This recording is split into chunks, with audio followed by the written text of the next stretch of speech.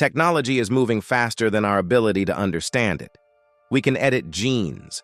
We can train machines to think. We can monitor entire populations in real time. Entire industries are being replaced.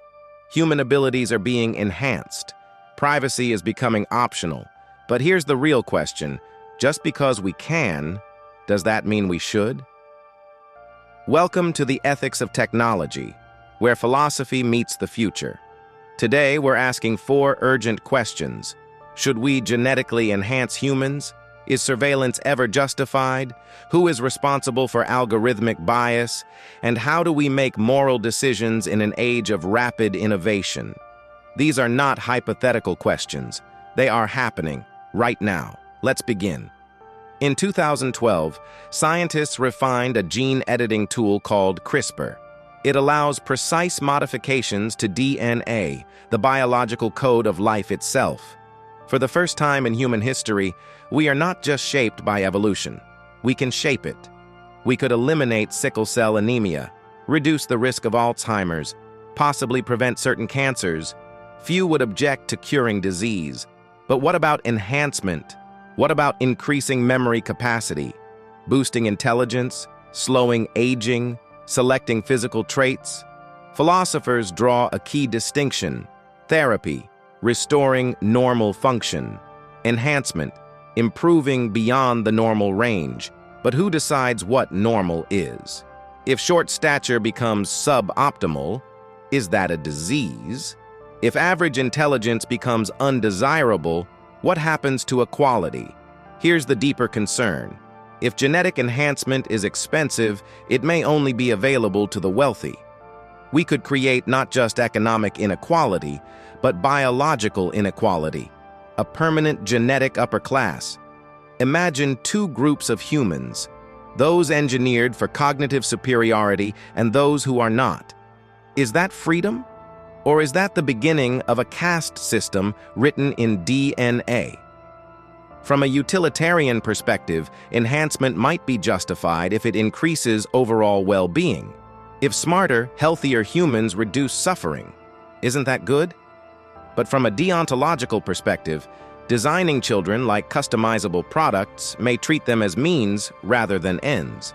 Children become projects, optimized investments, status symbols. And virtue ethics asks an even deeper question. What kind of character are we cultivating in ourselves if we cannot accept imperfection? Are we losing humility, gratitude, acceptance of human limitation? Technology promises control, but humanity has always been defined in part by vulnerability. If we remove all weakness, do we also remove something essential? This isn't science fiction anymore. It's bioethics. It's legislation.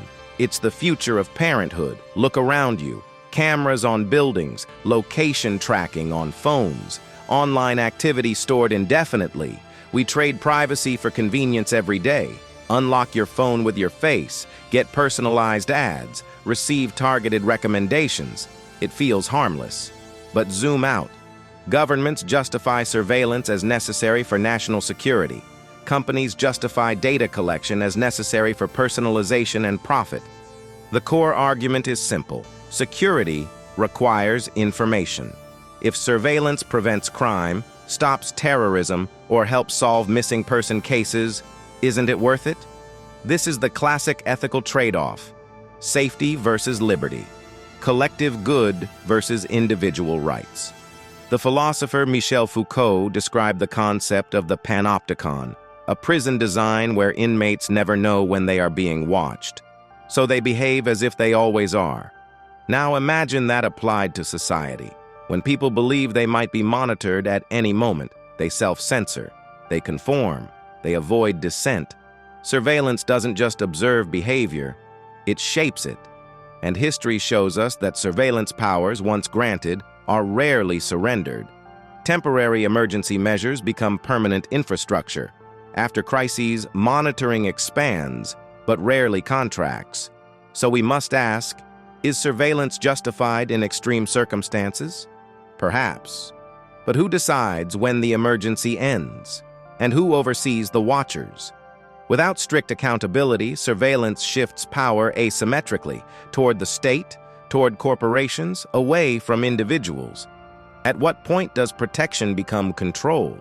And if privacy disappears entirely, what happens to freedom?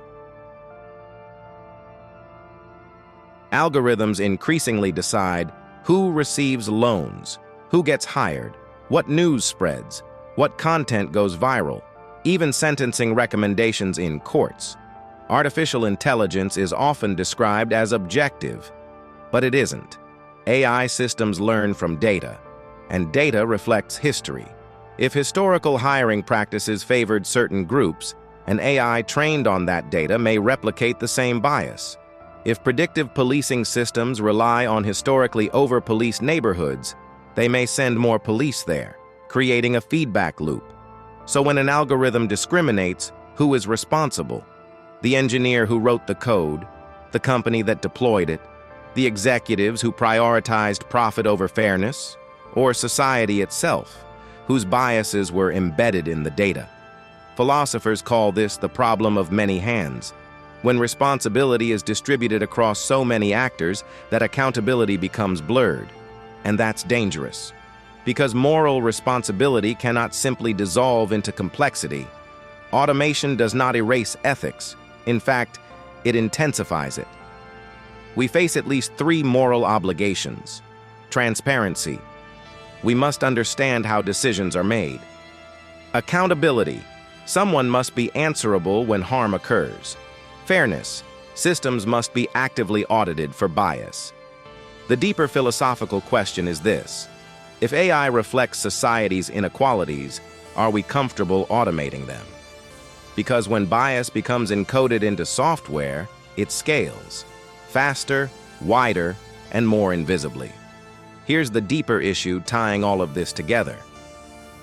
Technology evolves exponentially. Ethics evolves slowly. By the time we ask whether something is right or wrong, it's already normalized. Social media reshaped political discourse before we understood its psychological effects. Artificial intelligence is reshaping labor markets before we've redefined the meaning of work. Biotechnology is redefining parenthood before we've redefined responsibility. Philosophy used to react to change. Now it must anticipate it. But anticipation is hard, because technological progress is driven by competition. If one country slows down for ethical reflection, another may accelerate. If one company pauses development, another may deploy first. This creates moral pressure: move fast or be left behind. But perhaps speed itself is the ethical problem. Maybe wisdom requires friction, deliberation, constraint. The question is no longer what can we build, but what kind of world are we building? And even deeper, what kind of humans are we becoming in the process? Technology isn't good or evil. It amplifies human intention.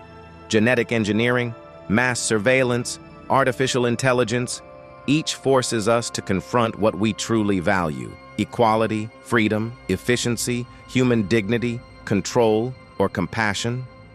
The future will not be shaped by engineers alone. It will be shaped by citizens, by lawmakers, by educators, by you.